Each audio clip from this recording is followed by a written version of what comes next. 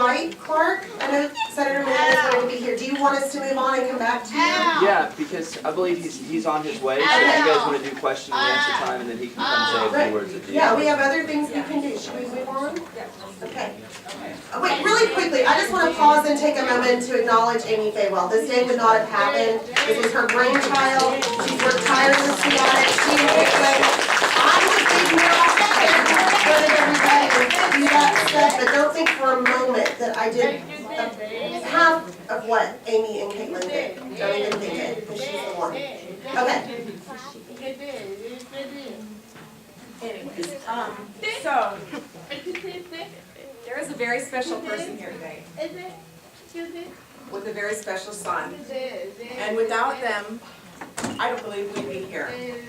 So I'd really like to talk about this woman and tell you about sacrifice and love that we all are doing for our children, but she's our example.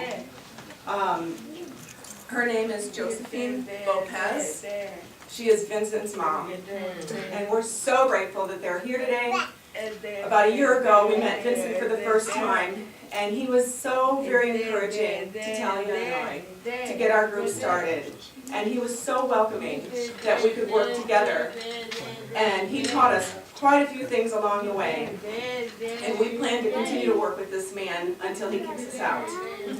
But I'd like to award this, it's called a Mother's Heart Award. And it's our first annual Mother's Heart Award from Mama. And it says, we need a better picture for the middle of it, Josephine, but it says, awarded to Josephine Lopez for her sacrificial and fierce love in action every day towards her son, and by extension to all of us. So Josephine, thank you so much for coming today. I hope you get to talk to somebody.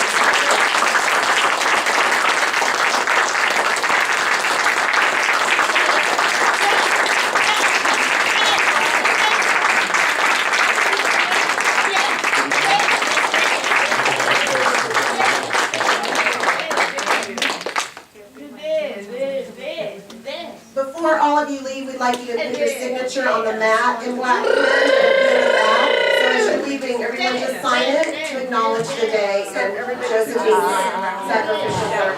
Josephine or Vincent, do you guys just want to say a couple words? Do you want to say something about the Lord? Amy, You need to get mic'd up. hold that up. Okay. Hold that. Yeah, we can do that. Can we? No? All right. Josephine, you don't go away. Vincent, you can come over to this side and use this microphone. Come here. Yeah, that's fine.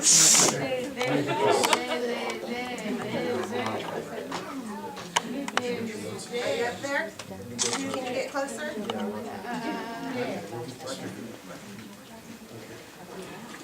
Josephine, stand over here because people are going to want to take pictures of you.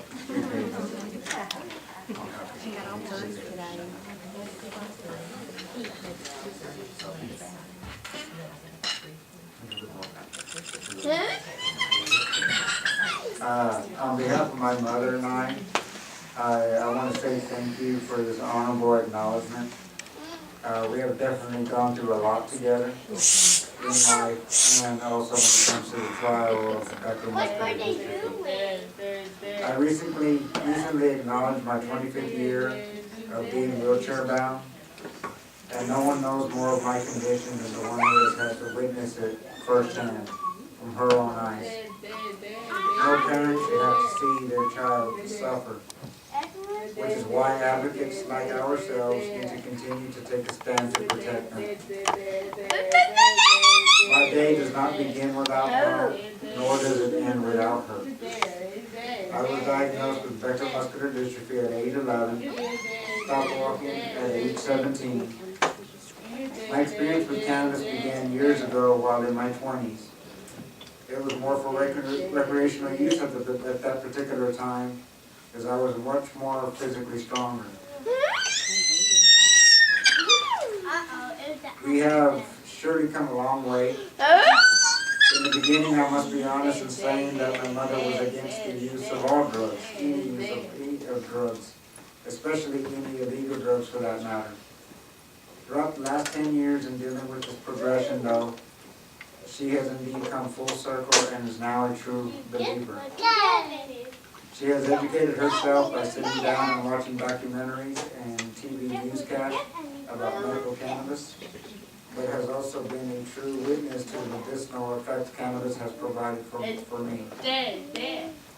While she has witnessed what I have gone through, I have personally witnessed how this trial has affected her, what she herself has had to go through. I have always stated that we, my mother and I, are true products of a bureaucratic system that we have had to struggle greatly with just to attain my medical necessities.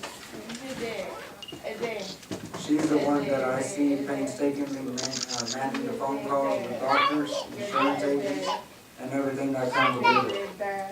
So she knows how the system operates. When it came to me stepping out of that cannabis closet in 2009, I had hit a dead-end wall, torturing myself by continuing to question about a condition I could not stop or cure. But the biggest thing in my hand was that I had a secret. That secret being cannabis. I knew I had an answer in cannabis, and I finally hit the point I needed to. Hence, my advocacy for medical cannabis legislation began. While this has been a huge weight off my shoulders, I inevitably had to face the reality and the fact that my physicality would eventually be non-existent. Therefore, my condition would fall into the hands of my mother, who is my caretaker. She needs to be protected, and I am here to make sure that she has that protection. So from both of us, we want to thank you for this honor.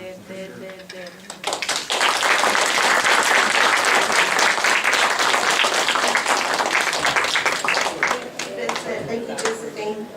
Dwight, soon? Yeah, absolutely. He was driving in from San Antonio, so. So another hour and a half or so? No. Okay, I'm gonna go ahead, where's please?